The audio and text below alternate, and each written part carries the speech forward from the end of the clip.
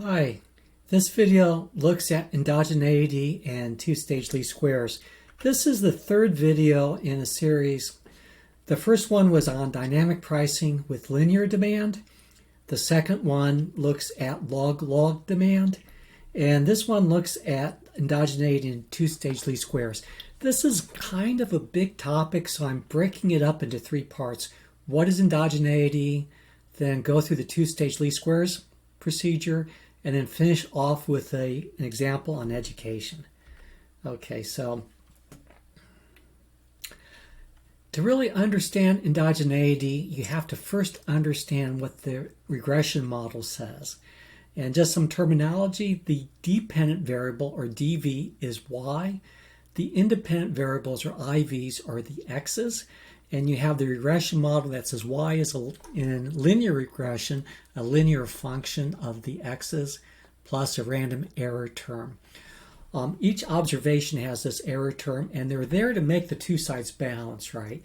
So the y is not exactly equal to this linear function, and so you have to add this random error or random shock, epsilon.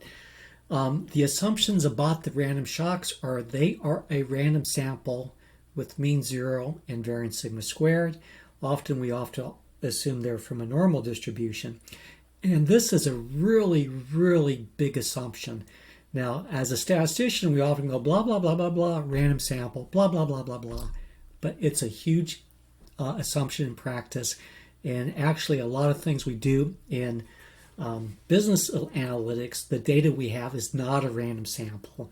Okay, so we kind of are walking on ice about that. Now, what we're going to look at today is that the x variable, the IVs, the reason why they're called IVs is because they're independent of the error terms, right? They're not IVs because they're independent of y, right? That would make no sense. You want them to y and the IVs to be correlated. And they can be correlated with each other, right? In a perfect world, the x's would be independent of each other. But it's okay if they're correlated with each other. We can still use them. But what we mean by an IV is that they're independent of the error term. And so what we're going to look at in this video is what happens when you relax that assumption and that the x's are correlated with the random error. Okay, so endogeneity happens when one or more of the x variables are correlated with the random errors. Why is that bad? Well, you get biased estimates out. That means your estimated value consistently overestimates the true value or underestimates the true value. Okay, and it doesn't matter, even if you get more data, you still have these biased estimates. So there's statistical and economic causes for endogeneity. And the statistical causes are things like incorrect model specification, where you leave out important IVs from your model, right? Then you can get biased coefficients.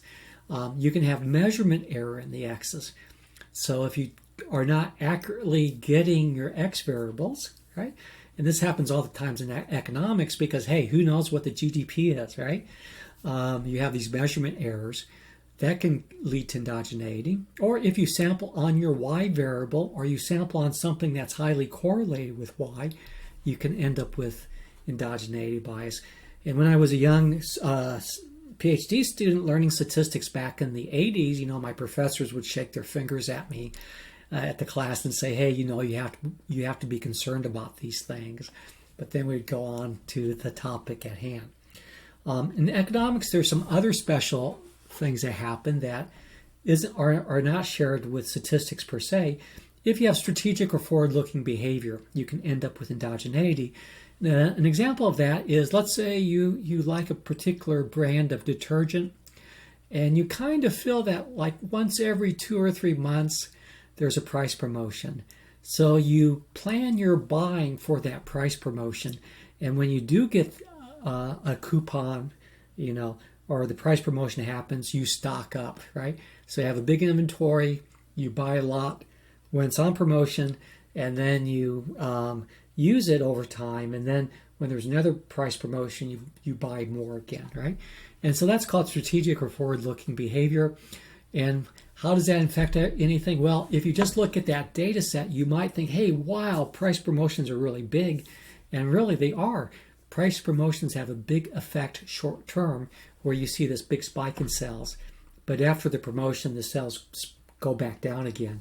And so over a long-term period, you might end up concluding, hey, these price promotion really didn't affect sales very much long-term. Okay, and so that's where your biased estimation comes in. A more important situation is simultaneity, where things are happening at the same time. And economists are very concerned about this because we only have one economic system. It's not like we have a random sample of different economic systems.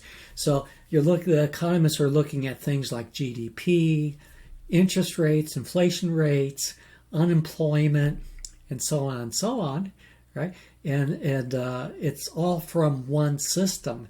So it may not be appropriate to say, hey, what happens when I change, if interest rates go up or down, what will happen to GDP, right? So it's not really that interest rates cause GDP or that GDP causes interest rates, but they're all happening at the same time from the same economic activity, okay? And that's called simultaneity. And that's a big issue in economics. Lots of times economists are trying to do policy decisions, like what would happen if we got rid of the income tax? Well, we really don't know, right? We haven't actually done that before. We've had the income tax for over 100 years now. And so, don't know. And so what you'd like to do in your analysis is use data on income taxes and so on to see, hey, if we drove those income taxes down to zero, what would happen? Okay. And so they're trying to make these big deal policy decisions, and endogeneity becomes a really huge issue. Okay, so here's simultaneity, the classical example where you have a demand curve and a supply curve. And so in demand curve, as price goes up, demand goes down, right? And supply curve, as the price goes up, hey, suppliers are willing to provide more of it. Now, these things only exist in economists' heads. And what we actually observe is where the two things intersect, right? The equilibrium point, okay? We don't observe the whole demand curve. We don't observe the whole supply curve. We just observe that black dot. And we'd like to try to estimate them both from that black dot, okay? Now, if we see a different price and a different quantity, that means either the demand curve shifted, supply curve changed, or they both did. So we get a new equilibrium point. And another time period, we get a third equilibrium point, and then a fourth one, and then a fifth one. We say, hey, we have data. We can fit a model to it. So you put a trend line, and voila, what do you have? You have nonsense. It's nothing. It's not supply. It's not demand. Can't really conclude anything from these points. Well, what to do? Well, if you're interested in estimating demand, and that's a big topic, right, for people in business analytics, like to estimate demand for supply chain management or for pricing, other things. If you assume that the demand curve is constant, which can happen if you have a mature market, the demand curve doesn't shift, right? The curve itself isn't moving. It's the same demand curve. And if the supply curve shifts because inputs to the product that's being made change, for example, materials, energy, wages, so on, and if the supply curve's shifting, then the observations trace out the demand curve. You can see that. I'm going to keep the demand curve constant, supply curve shifts, and you can see what we're doing is tracing out what the demand curve is. And when we get the 5 data points and fit it, you get, this is it, right? This is what the actual demand curve is, right? And so that works brilliantly, really well done. That's fantastic. Okay, if you're going to estimate both of them, okay, estimating the supply curve and the demand curve, you need variables in your model that will shift the supply curve and shift the demand curve. And the economists will have big arguments over whether or not these are actually independent variables or not. So they're called instruments, right? They're in the ideal world, they will be outside of the economic system. They're exogenous. Exogenous means outside of, whereas endogenous means within the economic system. Okay. And we have various exclusion restrictions, which means these variables will appear in the supply equation, but not the demand, or they will appear in the demand equation, but not the supply. Okay, so here's an examples of that, right? So IVs for supply and demand. I'm thinking of soybeans. So this is a commodity. We have to really worry about endogeneity with the commodity goods, right? There's no pricing power for commodities. So we have a log-log supply equation, and I have X in here, and here X is the rainfall in the Midwest, for example. Like assuming that rainfall or weather is not affected by economic conditions. And then we have a log-log function for demand. And W is what shifts the demand curve? Well, maybe how much beef is being produced. And you could think, hey, soybeans and beef production could be substitutes, right? If people are eating more soybeans, they're eating less beef, gone vegan, or they might be complements because cattle feed contains soybeans. Okay, so who knows? Is that a good instrument or not? Lots of different arguments for or against that being a good instrument. So at equilibrium, our supply is equal to demand, and I set the price supply equal to price demand and quantity supplied equal to quantity demand. I set those two equations equal to each other and solve, and I get an equation for price. So we find that price is a function of W and X, and I have this error term. Okay. Now that error term is also within the demand function, right? So we have log demand is a function of log price. We have an error term there, and we have the same error term in the function for log price. And that creates a correlation, and that's where simultaneity comes in. And now we're endogenous, right? So price is endogenous. Okay. So we're in trouble. We get biased estimates. All right. So what we have here is X is no longer an IV, but it's actually correlated with the epsilon, right? And so now we're having endogeneity. So here's just a short simulation example saying, hey, this really does matter, can happen. Here I know what the true function is because it's a simulation, so I created it. The true line is 3 plus X.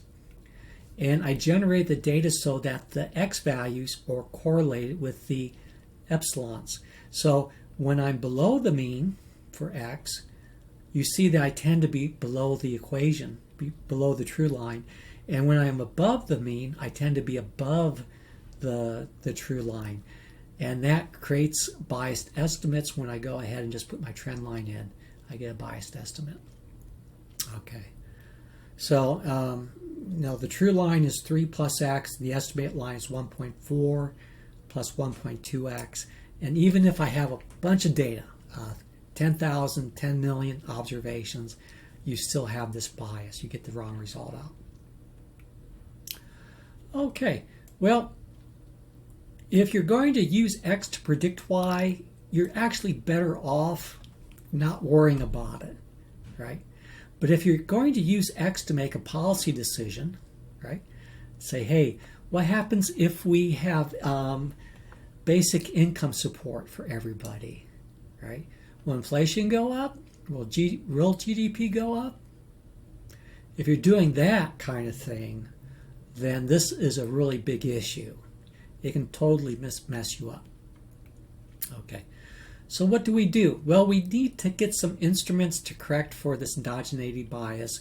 And let me stop part 1 here, because in part 2 of this, we're going to look at two-stage least squares, and that's where we come in with this instrumental variables. So I hope to see you in part 2 on two-stage least squares. And if you got something out of this video, please hit the like button, and I'll see you in the next video. So long for now.